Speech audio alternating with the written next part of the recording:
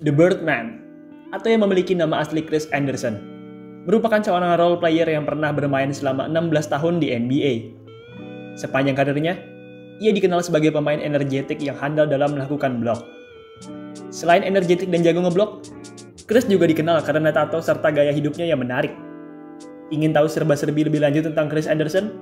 Kalau begitu, langsung saja kita mulai biografinya. Christopher Klaus Andersen lahir di Long Beach, California pada tanggal 7 Juli 1978. Ia merupakan anak kedua dari pasangan suami istri, Klaus Andersen dan Linda Holubeck. Ayah Chris bekerja sebagai seorang sipir penjara, sementara ibunya bekerja sebagai pelayan pada salah satu markas angkatan militer Amerika. Dari pekerjaan orang tuanya saja, kita sudah bisa tahu dari mana Chris mendapatkan segala keunikannya. Saat usianya 4 tahun, Chris dan keluarganya pindah ke Iola, yaitu sebuah kota kecil yang terletak di Texas. Di Iola, Chris dan keluarganya tinggal di sebuah lumbung sederhana. Chris memiliki masa kecil yang cukup berat. Selama tinggal di Iola, hubungan orang tuanya meregang, dan akhirnya mereka pun bercerai. Akhirnya, Chris pun saat itu hanya tinggal dengan ibunya. Saat usianya 11 tahun, ibu Chris memutuskan untuk menitipkan Chris dan saudaranya ke ayah mereka. Sayangnya, sang ayah rupanya memang sudah tidak peduli dengan anak-anaknya. Dan akhirnya, Chris dan saudara-saudaranya pun dititipkan di sebuah panti asuhan. Usai 3 tahun di panti asuhan, Chris pun kembali ke ibunya di Iola. Di sana, ia pun kemudian masuk ke Iola High School, yaitu sebuah SMA di kota Iola. Sedari remaja, Andersen sudah dikenal sebagai anak yang nakal. Ia sering sekali menjahili teman maupun tetangga di sekitarnya. Meski nakal, tapi Chris punya satu kelebihan, yaitu jago basket.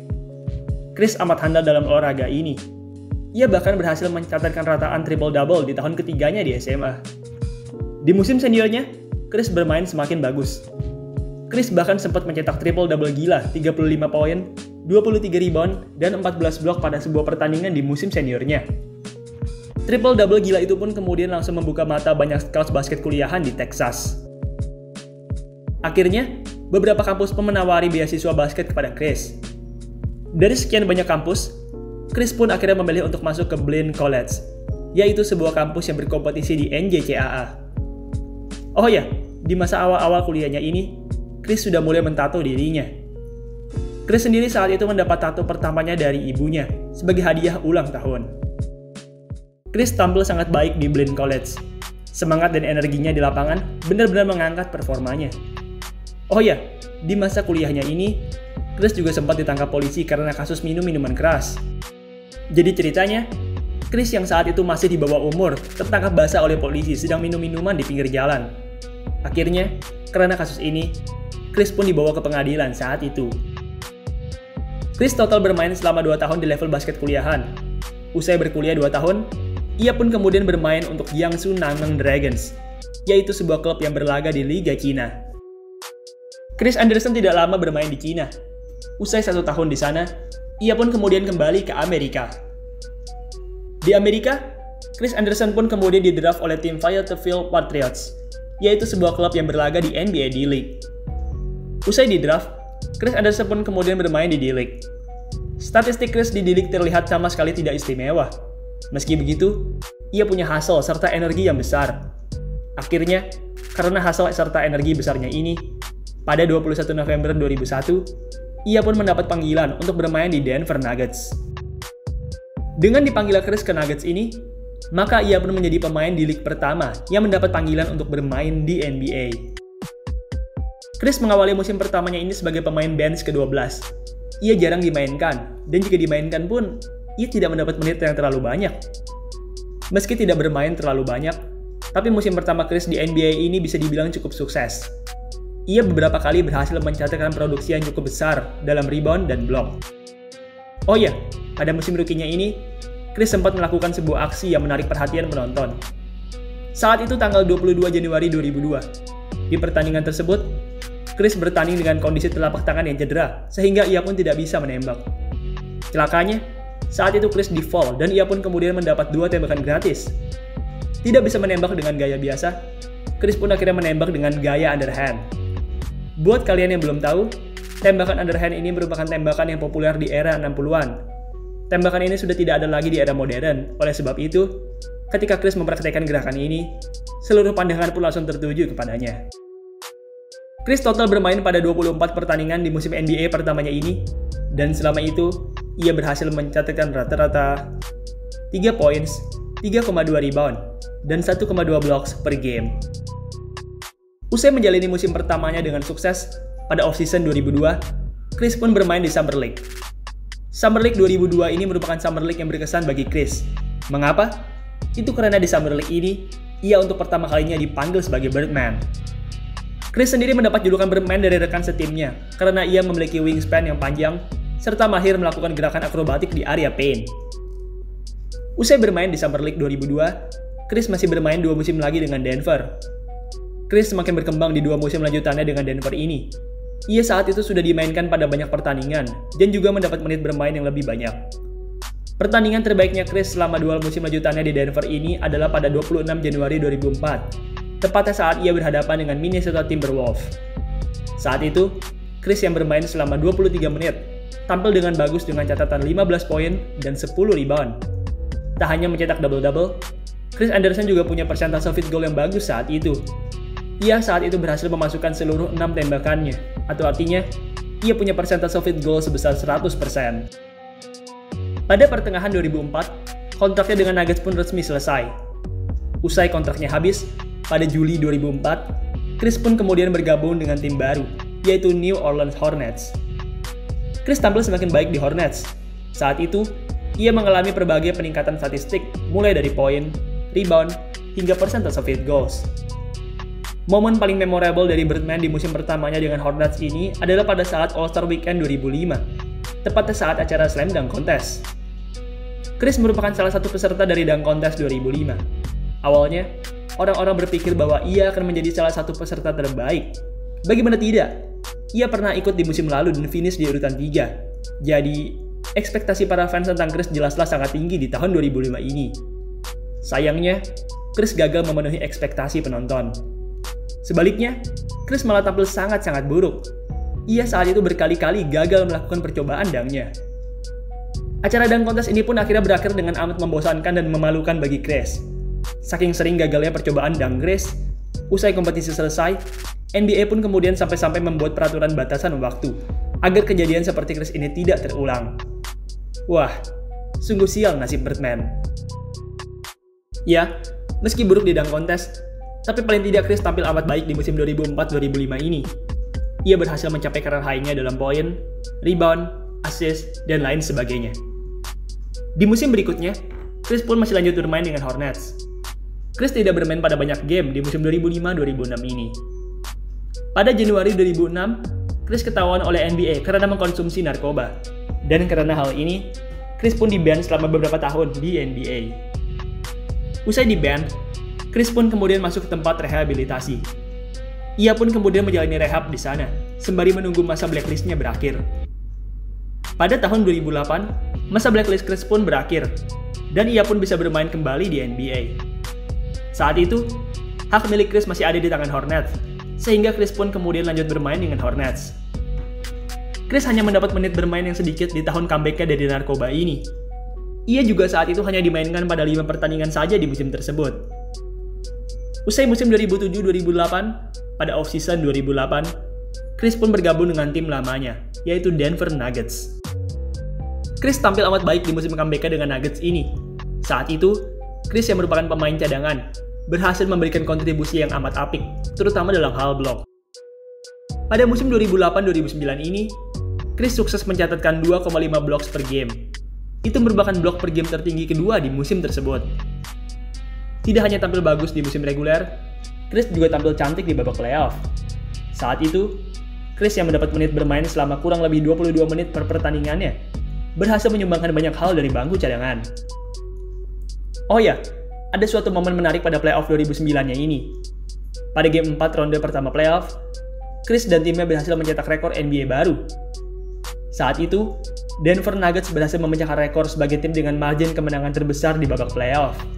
Ya, pada game 4 tersebut, Denver berhasil membantai Hornets sejauh 58 poin. Itu merupakan pembantaian terbesar di sepanjang sejarah playoff NBA.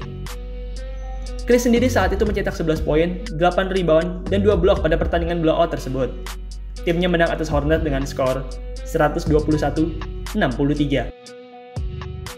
Pada playoff tahun 2009 ini, Chris dan kawan-kawan berhasil masuk ke final wilayah barat, di mana mereka saat itu berhadapan dengan Los Angeles Lakers. Chris tampil amat baik di final wilayah barat ini. Sayangnya, penampilan bagusnya tersebut masihlah belum cukup untuk membawa Nuggets mengalahkan Lakers. Lakers saat itu sukses mengalahkan Nuggets, dan dengan hasil ini, Nuggets pun harus menghapus mimpi mereka mencapai babak final. Karena performanya yang bagus di musim reguler dan babak playoff, pada off-season 2009, berbagai tim NBA pun mencoba menarik Chris. Meski banyak tim yang menginginkannya, tapi Chris Anderson mengatakan bahwa ia akan tetap bermain di Nuggets. Akhirnya, pada Juli 2009, Chris pun menandatangani perpanjangan kontrak dengan Denver Nuggets. Chris tetap tampil bagus di musim 2009-2010 ini. Rataannya memang sedikit menurun jika dibandingkan musim lalu, tapi produksinya jelas sangat terasa bagi bench Nuggets. Di musim 2009-2010 ini, Chris dan kawan-kawan pun kembali lolos ke babak playoff.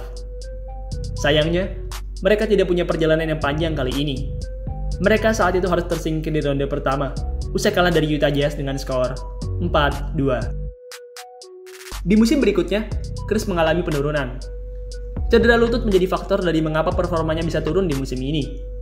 Cedera lutut juga menyebabkannya harus absen pada banyak pertandingan di musim ke-10-nya ini.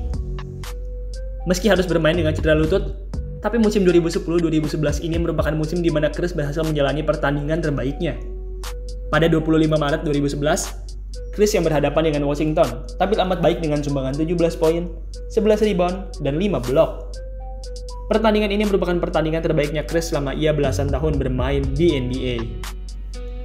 Chris total bermain pada 45 pertandingan di musim cedera lututnya ini, dan selama itu ia berhasil mencatatkan rata-rata 5,6 poin, 4,9 rebound, dan 1,3 blok per game. Pada musim 2011-2012, NBA sempat mengalami lockdown akibat adanya ketidaksepakatan antara para pemain dengan para pemilik tim. Akibat lockdown ini, para pemain pun tidak bisa bermain maupun berlatih dengan tim mereka. Berbagai pemain pun kemudian mengisi waktu kosong mereka dengan melakukan berbagai hal.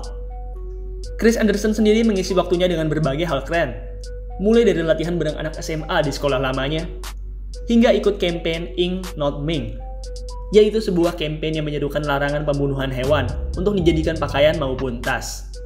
Pada campaign ini, Chris menampilkan tubuhnya yang dipenuhi banyak tato sambil menyerukan larangan memburu hewan untuk diambil kulitnya. Usai lockout selesai, Chris pun kemudian lanjut bermain untuk Denver di musim 2011-2012. Chris tak mengalami banyak perubahan di musim ke-11-nya ini. Rataannya terlihat mirip dengan musim sebelumnya. Ia tetap menjadi center yang solid dari bangku cadangan. Pada Mei 2012, sebuah berita mengejutkan tentang Chris mencuat ke publik. Saat itu, Chris diduga melakukan tindak kriminal pornografi terhadap anak di bawah umur.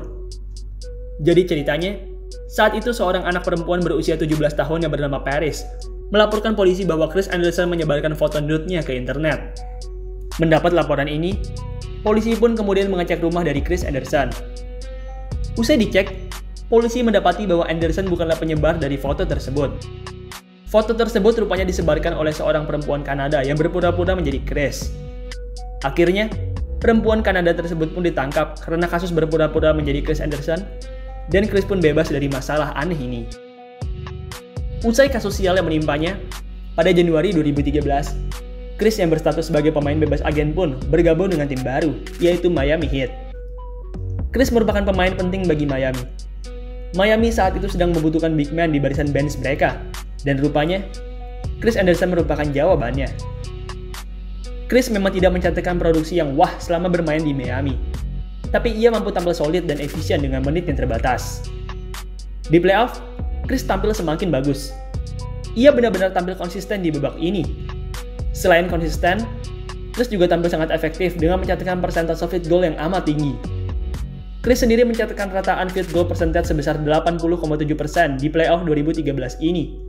Dengan rataan sebesar itu, maka Chris pun menjadi pemegang rekor pemain dengan field goal percentage tertinggi di sepanjang sejarah playoff NBA. Oh ya, selain mencetak rekor NBA, di musim perdananya dengan Heat ini, Chris juga langsung meraih gelar juara. Gelar juara ini pun menjadi gelar juara pertamanya di NBA. Usai memenangkan gelar juara pertamanya, Chris pun lanjut bermain di Heat. Chris tampil semakin cantik di Heat. Ia dan timnya bahkan kembali berhasil menembus babak final di 2014. Sayangnya, di final tersebut, Chris dan timnya kalah dan belum bisa meraih juara. Usai 3,5 musim bermain dengan Heat, pada Februari 2016, Chris pun di-trade oleh Heat ke Memphis Grizzlies. Grizzlies benar-benar membutuhkan Chris saat itu.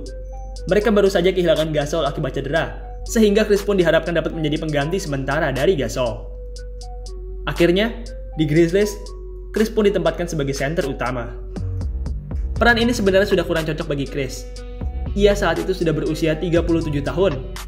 Ia juga sudah punya riwayat cedera yang panjang, sehingga jelas peran besar ini terlalu berat baginya. Meski begitu, Chris tetap berhasil menjalankan tugasnya dengan cukup baik. Ia memang tidak tampil sebagus Gasol, dan tidak tampil seperti saat di masa prime-nya dulu.